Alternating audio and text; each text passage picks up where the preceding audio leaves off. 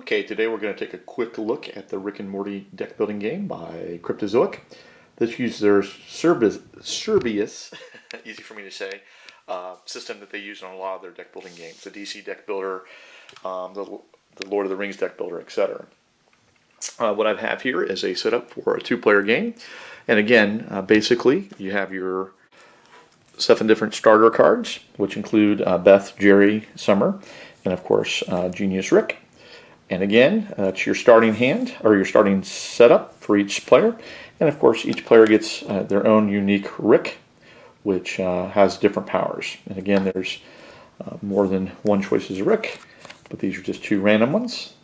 And again, after you set up that, then you have your lineup that's from the standard deck of draw pile, so you can get your good lighting here. And then we have, these are leftover cards. And then we have some other sets that you're going to draw from.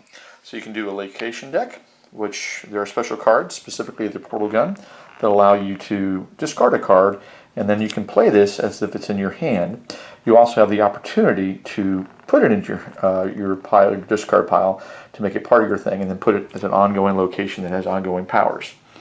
You of course have a portal gun, which again gives you that power to utilize the location deck, and there's obviously a wide variety of different cards in the location deck.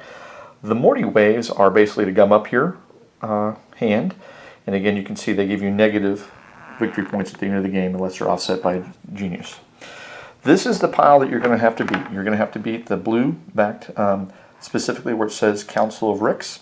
Again, there's a wide variety, I won't spoil them for you, but there's a ultimate one, Evil Rick, that is the last Rick you have to beat. And according to the rules, the Rick, was it 8? It's Rick 3, 4, I don't know what it is. Anyway, short answer is that's the first Rick that you go and try and beat. He has a power or a cost of 8. So again, it's a typical deck building game where you're trying to basically add to your hand and make it stronger and stronger so you can beat the Council of Rick. What's nice about this game, it is very thematic. If you like Rick and Morty and you like any type of deck building game, I would recommend this game hardly. But there's different cards that give you fairly thematic. And normally in a game of deck builders, you have some cards that gum up your things. For example, Beth here has no power. She's just there, wasting space along with Jerry and Summer. But in this case, you may have cards that can play off of Jerry, Beth, or Summer that add to your deck's power. For example, you can see here with phone sticks, draw a card, an additional card for each Summer you play this turn.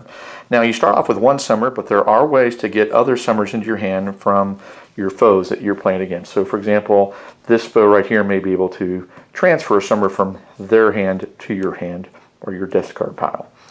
So again, very fun, thematic, quick.